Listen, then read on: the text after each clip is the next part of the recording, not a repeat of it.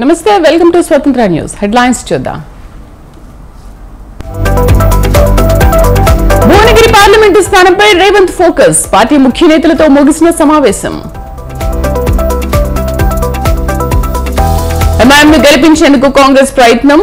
3 party నేతల DNA ఒక్కటేనన్న Kishan Reddy.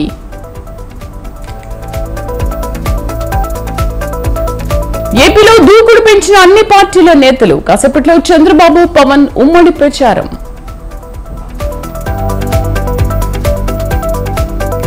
Radhakishan రావుపై మరో case. Kidnap చేసి 50 లక్షలు తీసుకున్నారన్న బాధితుడు. కేజ్రీవాల్ కు సుప్రీంకోర్టులో ఎదురు దెబ్బ. అత్యవసరంగా విచారణ జరపడానికి నిరాకరించిన సుప్రీంకోర్టు.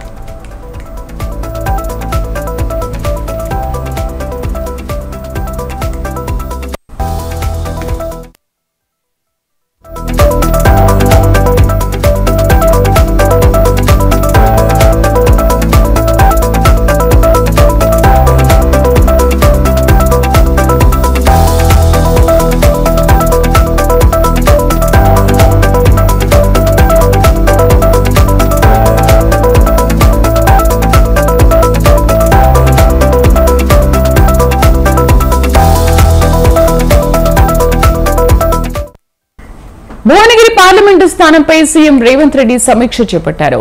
హైదరాబాద్ జూబ్లీహిల్స్ లోని మునుగోడు ఎమ్మెల్యే కోమటిరెడ్డి రాజగోపాల్ రెడ్డి నివాసంలో ఈ సమావేశం జరిగింది. ఈ భేటీకి సీఎం రేవంత్ రెడ్డి, కోమటిరెడ్డి రాజగోపాల్ రెడ్డి, ఎంపీ అభ్యర్థి చామల కిరణ్ కుమార్ రెడ్డి, ఇతర ఎమ్మెల్యేలు, ముఖ్య నేతలు హాజరయ్యారు.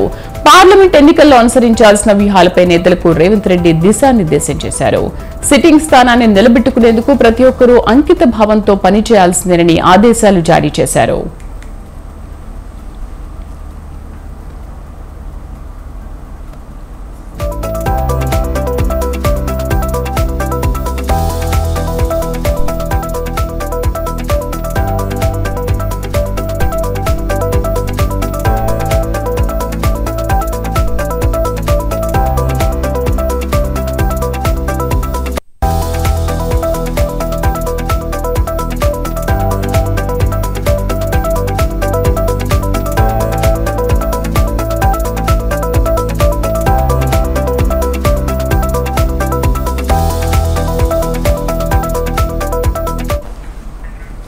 మరోవైపు భువనగిరిలో ఈ నెల 21న చామల కిరణ్ కుమార్ రెడ్డి నామినేషన్ వేయనున్నారు. భువనగిరిలో నామినేషన్ వేసిన తొలి రోజే సీఎం రేవంత్ బహిరంగ సభ నిర్వహించనున్నారు.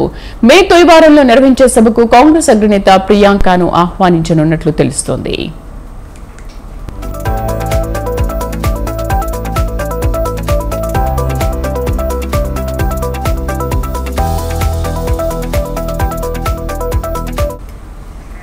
భువనగిరి పార్లమెంటు స్థానంపై ముఖ్యమంత్రి రేవంత్ రెడ్డి సమీక్ష చేపట్టారు. హైదరాబాద్ జూబ్లీహిల్స్ లోని మునుగోడు ఎమ్మెల్యే కోమటిరెడ్డి రాజగోపాల్ రెడ్డి నివాసంలో ఈ సమావేశం జరిగింది. ఈ భేటీకి సీఎం రేవంత్ రెడ్డి, కోమటిరెడ్డి రాజగోపాల్ రెడ్డి, ఎంపీ అభ్యర్థి చామల కిరణ్ కుమార్ రెడ్డి, ఇతర ఎమ్మెల్యేలు, ముఖ్య నేతలు హాజరయ్యారు. దీనికి సంబంధించి పూర్తి సమాచారం కరెస్పాండెంట్ రాజు అందిస్తారు. రాజు, భువనగిరి పార్లమెంటు స్థానంపై సీఎం ఎటువంటి ఫోకస్ పెట్టారు? ఈ సమావేశ వివరాలేంటి? అసలు ఏ అంశాలు చర్చకు వచ్చాయి దీంట్లో? ముఖ్యంగా భువనగిరి పార్లమెంట్ నియోజకవర్గానికి సంబంధించి అది సిట్టింగ్ స్థానం కావడంతో గతంలో ఈ నియోజకవర్గానికి మంత్రి కోమటిరెడ్డి వెంకటరెడ్డి ప్రాతినిధ్యం వహించారు. అయితే ఆ స్థానాన్ని మరోసారి కాంగ్రెస్ పార్టీ కైవసం చేసుకునేందుకు కూడా వ్యూహాలు రచిస్తామంది. అందులో భాగంగానే ఇవాళ కోమటిరెడ్డి రాజగోపాల్ రెడ్డి నివాసంలో సీఎం రేవంత్ రెడ్డి అధ్యక్షతన సమీక్ష సమావేశం నిర్వహించారు. ఈ పార్లమెంట్ నియోజకవర్గంలో ఉన్నటువంటి కాంగ్రెస్ పార్టీ గెలిచినటువంటి 6 ఎమ్మెల్యేలతో పాటుగా ఆ భువనగిరి పార్లమెంట్ నియోజకవర్గ ఇన్ఛార్జ్ గా ఉన్న మునుగోడు ఎమ్మెల్యే రాజగోపాల్ రెడ్డి, ఇతర కీలక నేతలు కూడా హాజరయ్యారు. అయితే ఈ సమావేశంలో ఏ విధంగా కార్యకర్తల సమావేశం నిర్వహించాలి, రానున్న రోజుల్లో ఎటువంటి ప్రచార వ్యూహాలు అనుసరించాలనేటటువంటి అంశాల మీద చర్చ జరిగింది. ఈ సమావేశంలో కూడా అత్యంత కీలకంగా భువనగిరి పార్లమెంట్ నియోజకవర్గాన్ని గెలుపు దిశగా అడుగులు వేయాలనేటటువంటి దిశానిర్దేశం సీఎం రేవంత్ రెడ్డి చేయడం జరిగింది. దీంతో పాటుగానే అటు మే నెల మొదటి వారంలో కూడా ఏఐసిసి కార్యదర్శిగా ఉన్న ప్రియాంక గాంధీని కూడా అటు నల్గొండ పార్లమెంటు నియోజకవర్గంలో భాగమైనటువంటి మిర్యాలగూడలో, మరొకటి భువనగిరి పార్లమెంట్ నియోజకవర్గంలో భాగమైనటువంటి సౌత్ పోల్లో రెండు ఒకే తేదీన బహిరంగ సభలు నిర్వహించాలి. ఈ రెండు సభలకు కూడా ప్రియాంక గాంధీని ఆహ్వానించాలి ముఖ్య అతిథిగా అనేటటువంటి నిర్ణయం చేశారు. దీంతో పాటుగానే ఈ నెల 21వ తేదీన చామల కిరణ్ కుమార్ రెడ్డి భారీ ర్యాలీతో ఈ ర్యాలీకి సీఎం రేవంత్ రెడ్డి కూడా హాజరవుతారు. వీటితో పాటు స్థానిక మంత్రిగా ఉన్నటువంటి కోమటిరెడ్డి వెంకటరెడ్డి కూడా హాజరవుతారు. 21వ తేదీన భువనగిరి పట్టణంలోని ఎంఆర్ఓ ఆఫీస్ లో నామినేషన్ దాఖలు చేయనున్నారు. దీంతో పాటుగానే ఈ అంశాలతో పాటుగానే ఈ వరుసగా ఈ నెల 12వ తేదీ నుంచి 18వ తేదీ వరకు కూడా నియోజకవర్గాల వారిగా అసెంబ్లీ నియోజకవర్గాల వారిగా ముఖ్య కార్యకర్తల సమావేశాలు నిర్వహించారు అనేటటువంటి అంశాలను నిర్ణయించారు. వీటితో పాటుగానే బహిరంగ సభలు ప్రచార వ్యూహాల మీద చర్చించారు. మొత్తం రాష్ట్రంలో ఉన్నటువంటి 17 నియోజకవర్గాల్లో 16 నియోజకవర్గాలకు సంబంధించి సీఎం రేవంత్ రెడ్డి నివాసంలోనే ఈ యొక్క సమీక్ష సమావేశాలు జరిగాయి. అనంతరం భువనగిరికి వచ్చేసరికి అక్కడ పార్లమెంటు టికెట్ కోమటిరెడ్డి రాజగోపాల్ రెడ్డి తన బాధ్యత కావాలని పట్టుబట్టారు. టికెట్ దక్కకపోవడంతో కొంత భంగపడ్డారు. అనంతరం కూడా ఆయనని పార్టీ ఇన్ఛార్జ్ గా నియమించింది భువనగిరి పార్లమెంట్ నియోజకవర్గానికి సంబంధించి. అనంతరం వరుస సమీక్షలు సమావేశాలు నిర్వహిస్తున్న నేపథ్యంలో కోమటిరెడ్డి తన నివాసానికి సీఎం ని విందుకు ఆహ్వానించారు. అదే సమయంలో కూడా ఈ యొక్క సమీక్ష సమావేశం కూడా నిర్వహించారు. ఇందులో రానున్న ఎన్నికల్లో ప్రధానంగా చామల కిరణ్ కుమార్ రెడ్డిని గెలిపించుకోవడమే లక్ష్యంగా పార్టీ ముందుకు సాగాలి. నేతల మధ్య ఉన్నటువంటి భేదాభిప్రాయాలు ఏ ఒక్క చోట కూడా బయటపడకుండా ప్రచారం నిర్వహించాలి. అందరూ కలిసికట్టుగా విజయం దిశగా అడుగులు వేయాలనేటటువంటి దిశానిర్దేశం సీఎం రేవంత్ రెడ్డి చేయడం అనేది జరిగింది. రాజు, అయితే అటు భువనగిరిలో బీజేపీతోనే మాకు పోటీ ఉందని రాజగోపాల్ రెడ్డి అంటున్న నేపథ్యంలో అక్కడ పట్టు సాధించడానికి ఏ విధంగా దిశానిర్దేశం చేశారు సీఎం? అలాగే అసలు భువనగిరి ప్రజల అభిప్రాయం ఎలా ఉంది, వాళ్ళ స్పందన ఎలా ఉంది? అయితే భువనగిరి నియోజకవర్గంలో గతంలో తెలంగాణ రాష్ట్ర ఏర్పాటు అయిన అనంతరం నిర్వహించిన 2014 ఎన్నికల్లో పార్లమెంటు నియోజకవర్గ అభ్యర్థిగా బీఆర్ఎస్ అభ్యర్థిగా బూర నర్సయ్య గౌడ్ ఉన్నారు. ఆయన ప్రస్తుతం బీజేపీ అభ్యర్థిగా అక్కడి నుంచి పోటీ చేస్తా ఉన్నారు. అయితే 2014 నుంచి ఆయన ఎంపీగా పోటీ చేసి గెలుపొందారు. అక్కడి భువనగిరి ప్రాంత ప్రజలకు ఆయన సుపరిచితులు. అయితే చామల కిరణ్ కుమార్ రెడ్డి మాత్రం కొత్తగా తెరపైకి రావడం, ఆయన నియోజకవర్గ నేతలతో అలాగే పెద్దగా పేరున్నటువంటి నేత కాదు. అయినప్పటికీ సీఎం సన్నిహితుడుగా ఆయనకు కాంగ్రెస్ పార్టీలో మంచి పేరుంది. అయితే అనంతరం కూడా నియోజకవర్గాల్లో దాదాపుగా కీలక నియోజకవర్గాలు ఒక జనగామ తప్ప మిగిలిన పార్లమెంట్ నియోజకవర్గాలన్నీ కూడా కాంగ్రెస్ పార్టీ కైవసం చేసుకుంది. దీనిలో భాగంగానే అక్కడ ఉన్నటువంటి అందరం కూడా దాదాపు 50,000 పైచిలకు మెజార్టీతోనే గెలవడం జరిగింది. అయితే ఎట్టి పరిస్థితుల్లో అది సిట్టింగ్ స్థానం. 2019లో ఇప్పుడు ప్రస్తుతం మంత్రిగా కొనసాగుతున్నటువంటి కోమటిరెడ్డి వెంకటరెడ్డి పోటీ చేశారు. అయితే బూరా నర్సయ్య గౌడ్ మీద కేవలం 5,000 పైచిలకు ఓట్లతోనే నెగ్గడం జరిగింది. అయితే బీజేపీ టఫ్ ఫైట్ ఇచ్చేటటువంటి అవకాశం ఉంది. ఆయన వరుసగా బూరా నర్సయ్య గౌడ్ బీజేపీ అభ్యర్థిగా ఉన్నటువంటి బూరా నర్సయ్య గౌడ్ ఆయన కీలకంగా అక్కడ ప్రాంత ప్రజలతో మమేకం అవుతూ ఉన్నారు. కాబట్టి ఇలా గెలుపు అనేది కొంత కష్టమైనప్పటికీ అక్కడ గెలిచినటువంటి ఎమ్మెల్యే అభ్యర్థులను దృష్టిలో పెట్టుకుని అక్కడ ఓటు బ్యాంకు బలంగా ఉంది. కాబట్టి కాంగ్రెస్ పార్టీ ఇది సిట్టింగ్ స్థానం కాబట్టి ఎక్కువ హోప్స్ పెట్టుకుందనే చెప్పుకోవాలి. Right, thank you.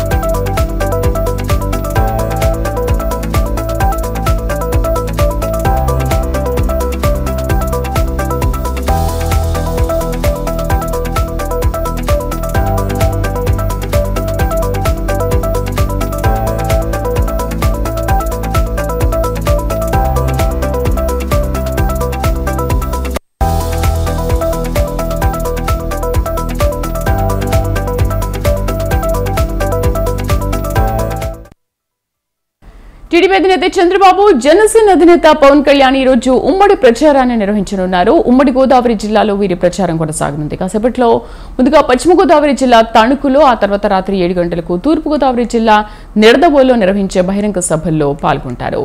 ఇద్దరు అధినేతలు వేర్వేరు హెలికాప్టర్లలో తణుకు చేరుకుంటారు. అనంతరం పట్టణంలోని నరేంద్ర సెంటర్ వరకు రోడ్ షో నిర్వహిస్తారు. ఆ తర్వాత బహిరంగ సభల్లో పాల్గొంటారు.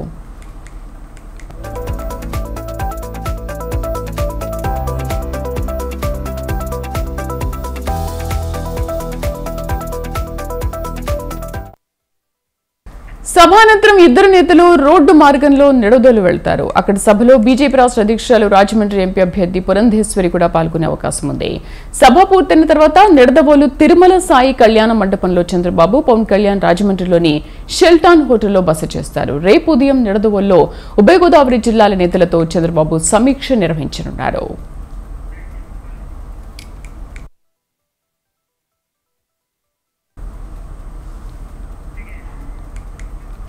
ముఖ్యమంత్రి రేవంత్ రెడ్డిపై తీవ్ర స్థాయిలో విమర్శలు సంధించారు మాజీ మంత్రి కేటీఆర్. ఫోన్ ట్యాపింగ్ మీద పెట్టిన శ్రద్ధ వాటర్ ట్యాప్స్ మీద పెట్టాలని ఫైర్ అయ్యారు. మల్కాజ్గిరిలో డమ్మీ క్యాండిడేట్ ను ఓడించి కాంగ్రెస్ కు బుద్ధి చెప్పాలని వ్యంగ్యాస్త్రాలు విసిరారు. ఒక్కసారి ఓటేస్తే ఎంతో నష్టం జరిగిందని విమర్శలు గుప్పించారు. రేవంత్ రెడ్డి గారికి నేను చెప్తా ఉన్నా, ఫోన్ల ట్యాపింగ్ మీద పెట్టిన శ్రద్ధ వాటర్ ట్యాపింగ్ మీద పెట్టు. మళ్ళా వాటర్ ట్యాంకర్లు మోసైనాయి, వాటర్ ట్యాంకర్లు తిరుగుతున్నాయి ఊర్లల్లా. మళ్ళా కేసీఆర్ గారు బ్రహ్మాండంగా ఇంటింటికి నల్ల నీళ్లు ఇచ్చిండే, ఎక్కడో కనీసం దాన్ని నిర్వహించి తెలివితేటలు కూడా లేవు ఈ ప్రభుత్వానికి. అందుకే రేవంత్ రెడ్డి గారికి కాంగ్రెస్ పార్టీకి బుద్ధి చెప్పాలి అంటే, వాళ్ళు పెట్టిన డమ్మీ అభ్యర్థి నేను ఉత్తగానే అంటలేను, చేవెళ్ల కోసం జాయిన్ అయ్యిండు పట్నం మహేందర్ రెడ్డి పోయి, పట్నం మహేందర్ రెడ్డి సునీత మహేందర్ రెడ్డి పోయి చేవెళ్ల టికెట్ కావాలని జాయిన్ అయ్యింది.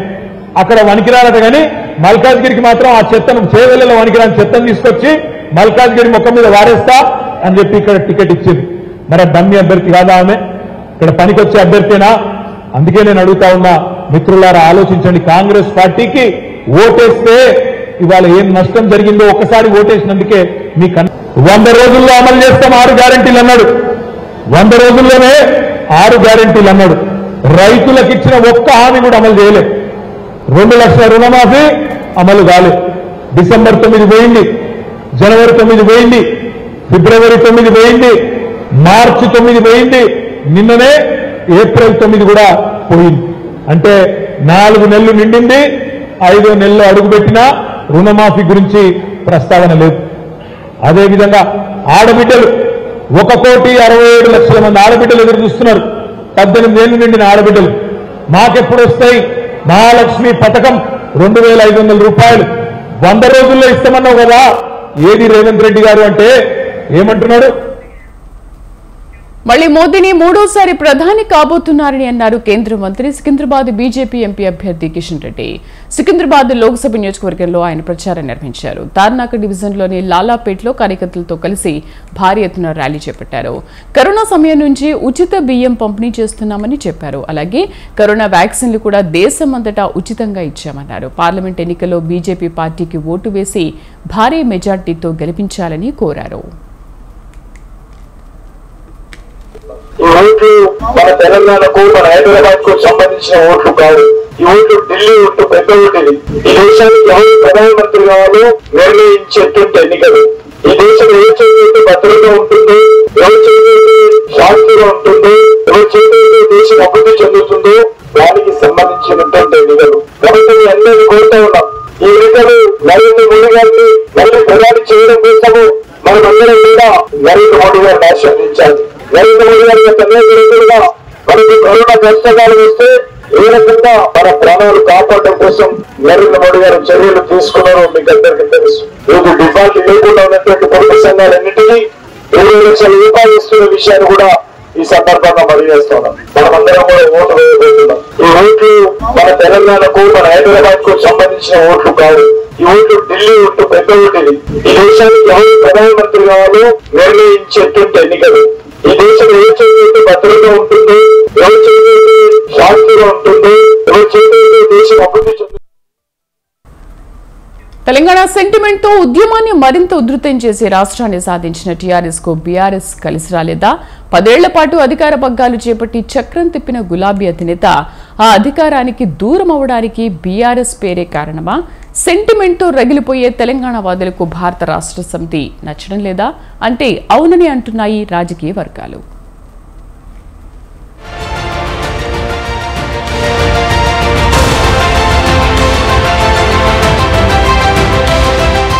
తెలంగాణ రాష్ట్ర ఏర్పాటే లక్ష్యంగా పుట్టిన పార్టీ తెలంగాణ రాష్ట్ర సమితి. 14 ఏళ్ల పోరాటం తర్వాత రాష్ట్రాన్ని సాధించడంతో తిరుగులేని శక్తిగా నిరూపించుకుంటుంది టీఆర్ఎస్. 2014-2018 ఎన్నికల్లో వరుసగా 2 సార్లు విజయం సాధించి రాష్ట్రంలో బలమైన రాజకీయ శక్తిగా ఆవిర్భవించింది. ఆ తర్వాత కేసీఆర్ కు దేశ రాజకీయాలపై మనసు లాగింది. దీంతో తెలంగాణ మోడల్ గా భారత్ ను కూడా అభివృద్ధి చేసి చూపిస్తాము అంటూ అప్పటి వరకు టీఆర్ఎస్ గా ఉన్న పార్టీని 2022 అక్టోబర్ నెల విజయదశమి నాడు భారత రాష్ట్ర సమితిగా పేరు మార్చారు. ఆ తర్వాత తాను అనుకున్నట్లు పలు రాష్ట్రాల్లో పార్టీ కార్యక్రమాలతో బిజీ అయ్యారు. మహారాష్ట్ర, ఢిల్లీలో పార్టీ కార్యాలయాలను మొదలు పెట్టారు. ఇదే సమయంలో పార్టీ క్యాడర్ నుంచి పేరు మార్పుపై భిన్నాభిప్రాయాలు వ్యక్తమవుతూ వచ్చాయి. టీఆర్ఎస్ పేరు మార్చడంతో తెలంగాణ ప్రజలకు పార్టీ దూరమైందన్న వాదనను కొంతమంది తెలంగాణ ఉద్యమకారులు తెరపైకి తెచ్చారు. పార్టీ పేరు మార్పు ప్రభావం ఎన్నికలలో ఉంటుందన్న అనుమానాలు వ్యక్తం చేశారు.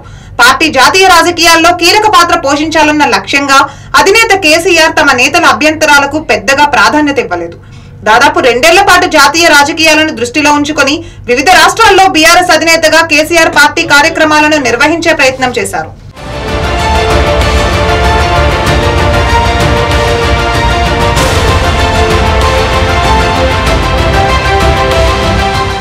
అయితే ఈలోపే అసెంబ్లీ ఎన్నికలు రావడంతో తొలిసారి బీఆర్ఎస్ గా బరిలో దిగింది అధికార పార్టీ. ఈ ఫలితాలు తారుమారయ్యి ఓటమి రుచి చవి చూడాల్సి వచ్చింది. ఆ తర్వాత నుంచి ఒక్కొక్కరుగా పార్టీకి గుడ్ బై చెప్పడంతో బీఆర్ఎస్ గడ్డు పరిస్థితులను ఎదుర్కొంటోంది. దీంతో మార్పులపై సమీక్షలు నిర్వహిస్తున్న అధిష్టానానికి పార్టీ పేరు మార్చాలి అంటూ కార్యకర్తలు అభ్యంతరాలు వ్యక్తం చేస్తున్నారు. తెలంగాణ రాష్ట్ర సమితిగా మళ్లీ పేరు మార్చాలని డిమాండ్ చేస్తూ పార్టీ పెద్దలకు తమ అభిప్రాయాలను వినిపిస్తున్నారు. దీంతో పార్టీ పేరును మార్చాలన్న చర్చ మొదలైంది. కేసీఆర్ కూడా ఈ అంశాన్ని సీరియస్ గా పరిశీలిస్తున్నారు. తెలంగాణ సెంటిమెంట్ తో ముడిపడిన పార్టీ పేరును మార్చడంతో తెలంగాణ ప్రజలతో ఎమోషనల్ కనెక్షన్ మిస్ అయినట్లుగా భావిస్తున్నారన్న టాక్ కూడా వినిపిస్తోంది.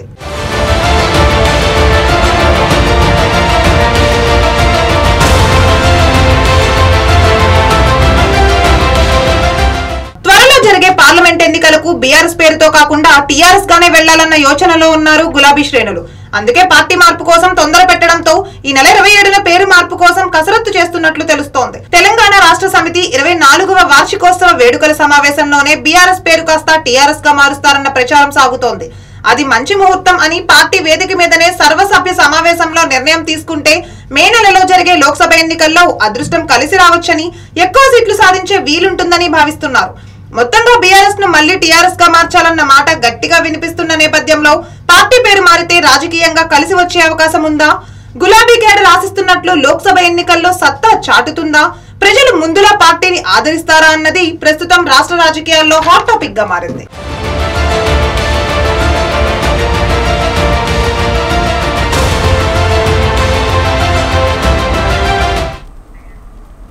హైదరాబాద్ సనత్ నగర్ డివిజన్ లోని బీకేగూడ పార్క్ వద్ద శ్రీనివాస సమాజ సేవా చారిటబుల్ ట్రస్ట్ ఆధ్వర్యంలో మధ్యాహ్న మిత్ర భోజన కార్యక్రమం చలివేంద్రం ఏర్పాటు చేశారు. దీన్ని సనత్ నగర్ బీఆర్ఎస్ ఎమ్మెల్యే మాజీ మంత్రి తలసాని శ్రీనివాస్ యాదవ్ ముఖ్య అతిథిగా హాజరై దీన్ని ప్రారంభించారు. తమ వయస్సును సైతం లెక్క చేయకుండా పలు సామాజిక సేవా కార్యక్రమాలు నిర్వహిస్తున్న సీనియర్ సిటిజన్స్ సేవలు అనేక మందికి స్ఫూర్తినిస్తాయన్నారు తలసాని. అనంతరం పలువురికి భోజనాలు వడ్డించి తాను భోజనం చేసి ఎంతో రుచికరంగా నాణ్యతతో వంటలు చేయించడం పట్ల నిర్వాహకులను అభినందించారు మాజీ మంత్రి.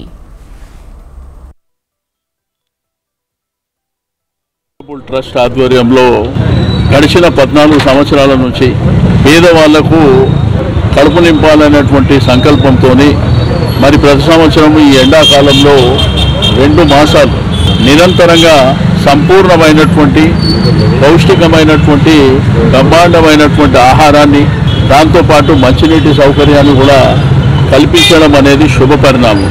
సీనియర్ సిటిజన్స్ అంటే మామూలుగా పేరు ఉంటాయి, కానీ వారు చేసేటువంటి సేవ ప్రధానమైనటువంటి.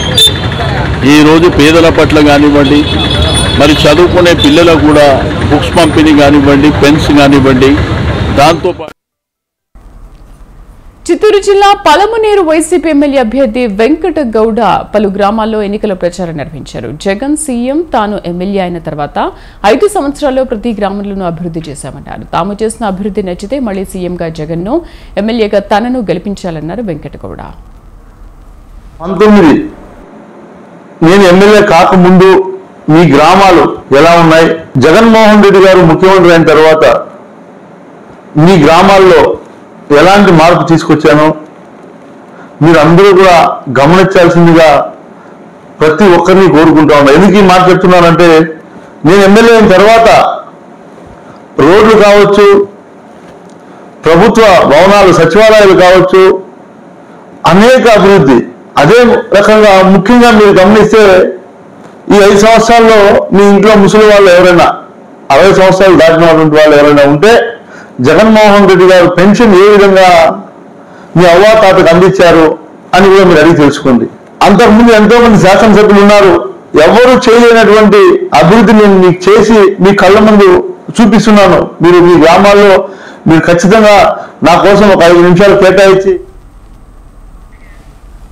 కర్నూలు జిల్లా అస్పరి మండలం కైరుప్పుల గ్రామం పిడకల సమరంకు సిద్ధమైంది.